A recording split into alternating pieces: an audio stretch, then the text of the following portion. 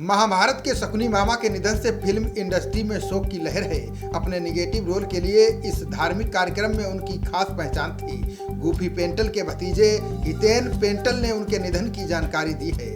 उन्होंने बताया कि उम्र संबंधी कई बीमारियों से वे जूझ रहे थे। महाभारत सीरियल में शकुनी मामा का किरदार निभाने वाले अभिनेता गूफी पेंटल अस्पताल में भर्ती थे। उनकी हालत बेहद गंभीर थी। जानी मानी अभिनेत्री टीना घई ने इस बात की पुष्टि की। अब पूरे सिनेमा जगत में शोक का माहौल पसर गया है। बता दें कि गूफी पेंटल पिछले 10 दिनों से जिंदगी और मौत से जूझ रहे थे।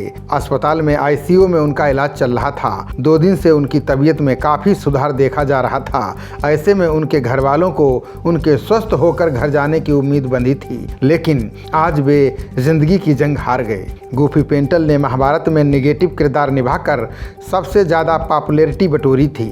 सीरियल में उनकी दमदार अदाकारी की वजह से लोग सच में उनसे नफरत करने पर मजबूर हो गए थे। गूफी पेंटल को जिस किरदार ने सबसे ज़्यादा लोकप्रियता दिलाई, उस रोल के मिलने की कहानी भी दिलचस्प है। गूफी महाभारत के लिए ऑडिशनिंग डायरेक्टर थे।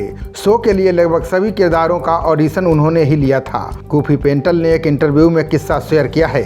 उन्होंने कहा कि मैं ऑडिशनिंग डायरेक्टर था, इसलिए मैंने लगभग सभी किरदारों के ऑडिशन कराए। जहां तक मेरी कास्टिंग का सवाल है, मैंने महाभारत से ठीक पहले बहादुर शाह जफर के नाम से सीरियल में लॉर्ड मेटक्लाफ की भूमिका निभाई थी। उसमें अशोक कुमार ने लीड रोल निभाया था और मैं शो में इकलौता विलेन था।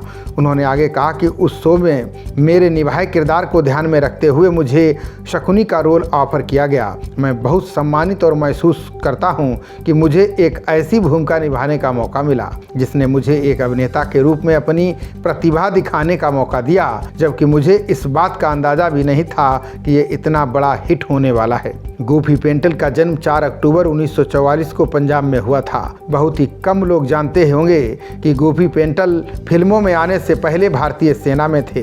इसकी भी जानकारी खुद गूफी पेंटल ने इंटरव्यू में दी थी। गूफी पेंटल ने बताया था कि साल 1962 में जब भारत और चीन के बीच युद्ध चल रहा था, तो उस समय वो इंजीनियरिंग की पढ़ाई कर रहे थे, लेकिन उनका सपना हमेशा से आर्मी में जाने का था।